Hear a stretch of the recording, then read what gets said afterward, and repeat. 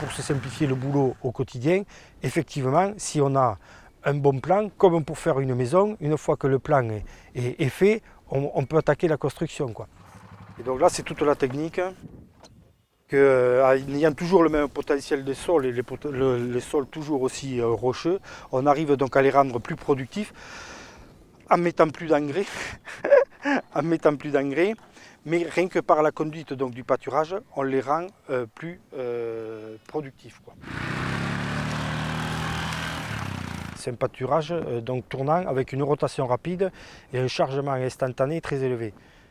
L'aménagement de la prairie à pâturer est cloisonné à 6 allées de pâturage avec donc la clôture électrique fixe, et on constitue donc avec le fil avant et le fil arrière avec la clôture mobile posée avec le quad tous les 40 mètres. Et bien sûr donc il y a le réseau de tuyaux pour approvisionner donc les abreuvoirs toutes les 2 allées.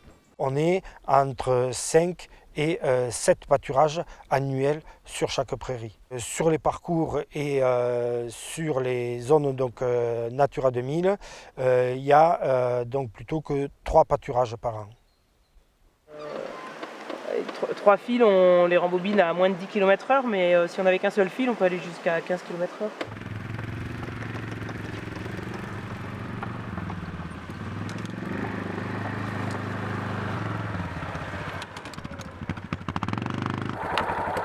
Après, il y a des gestes à faire et d'autres à pas faire pour pas prendre le jus et pas faire le poids.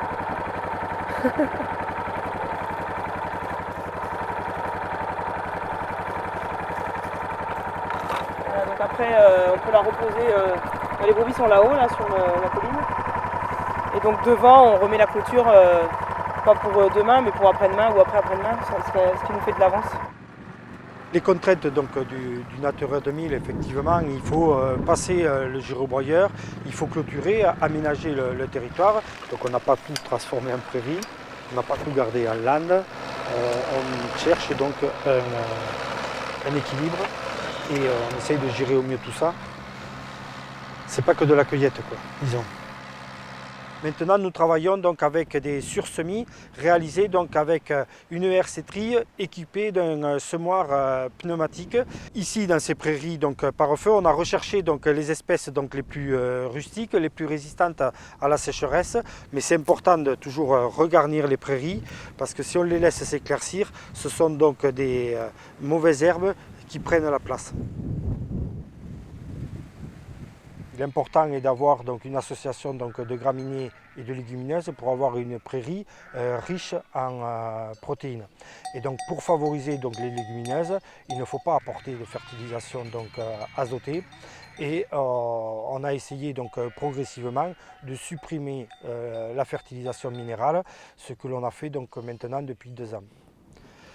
Donc c'est des parcelles d'essai. Il y a 15 variétés de raies anglais, avec plusieurs trèfles, avec d'autres essais, des nouvelles plantes, donc la chicorée, le plantain, le sainfoin. L'alimentation donc au pâturage coûte 4 à 5 fois moins cher qu'une ration donc en bâtiment. Surtout, on n'a plus la limite de place donc en bâtiment, puisque donc au printemps, il y a plus de 1000 brebis qui agnellent, il y a 1900 agneaux qui sont nés, et donc dans une bergerie, il faudrait une bergerie immense qui coûterait donc une fortune. L'agnelage à l'extérieur est plutôt plus sain qu'en bergerie. Par contre, donc à l'extérieur, on doit être vigilant sur les vermifuges donc, aux agneaux, puisqu'ils peuvent se parasiter davantage que dans un bâtiment. Et on expérimente donc des vermifuges à base de plantes. Mais globalement, on a moins de pertes que dans les bâtiments.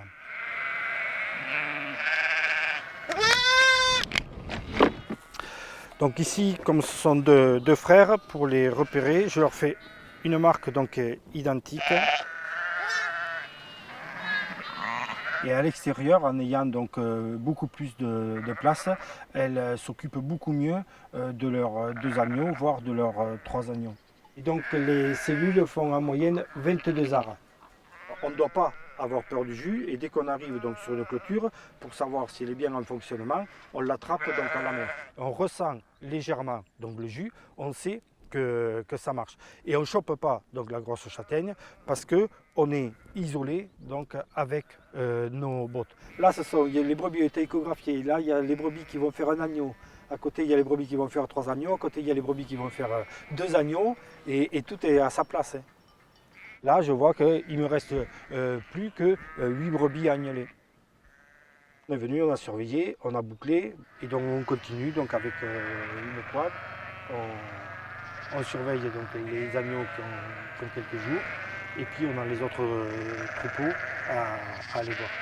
Ce qui est important donc, en élevage, c'est bien sûr donc, surveiller pour s'apercevoir suffisamment tôt s'il y a un animal malade, d'où donc la nécessité de bien circuler donc, au milieu de chaque troupeau et de bien faire lever chaque agneau, puisqu'au moment où il se lève, on voit s'il est vraiment faible, s'il a bien tété ou s'il n'a pas tété. On va déplacer le troupeau au pâturage. Men. À droite, à droite, à droite, mène-les. Voilà. Voilà, donc le troupeau est alimenté. L'abreuvoir, il se déplace, mais soit je le renverse et je le mets un peu plus loin, et sinon je déplace les 2 piquets qui sont à côté.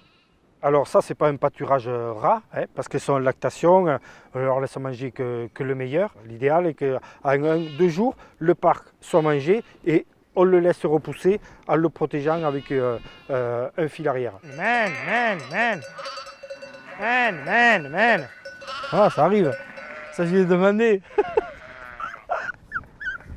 Oui, maintenant, ça va bêler.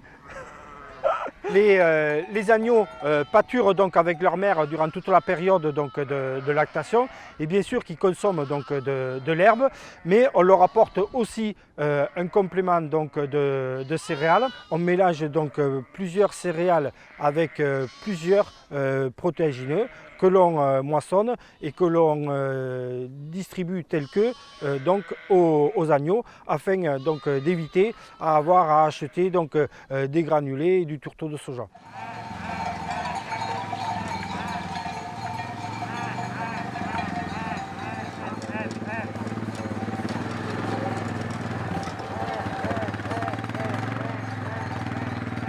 C'est le boulot qu'on fait tous les jours, il faut venir les voir. Hein. C'est pas suffit que c'est dehors, qu'on les laisse sans surveillance.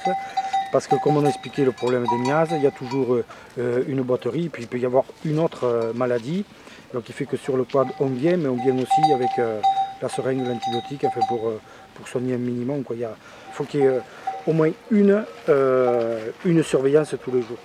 Donc le métier a effectivement ses astreintes, d'où l'intérêt aussi d'être associé à plusieurs, donc, pour pouvoir malgré tout donc, se libérer malgré les astreintes du métier. Quoi. Si on rentre dans les détails, ça se complique un peu, bien sûr.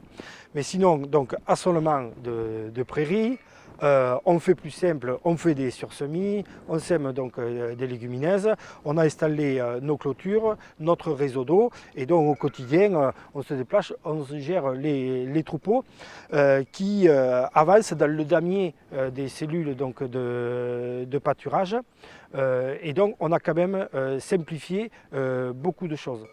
On a fait des essais qui nous confortent pour aller plus loin. Et donc il faut toujours faire des essais. Il faut toujours faire des essais. Donc on a commencé par les essais, maintenant on passe à une autre échelle, quoi. On en produit plus.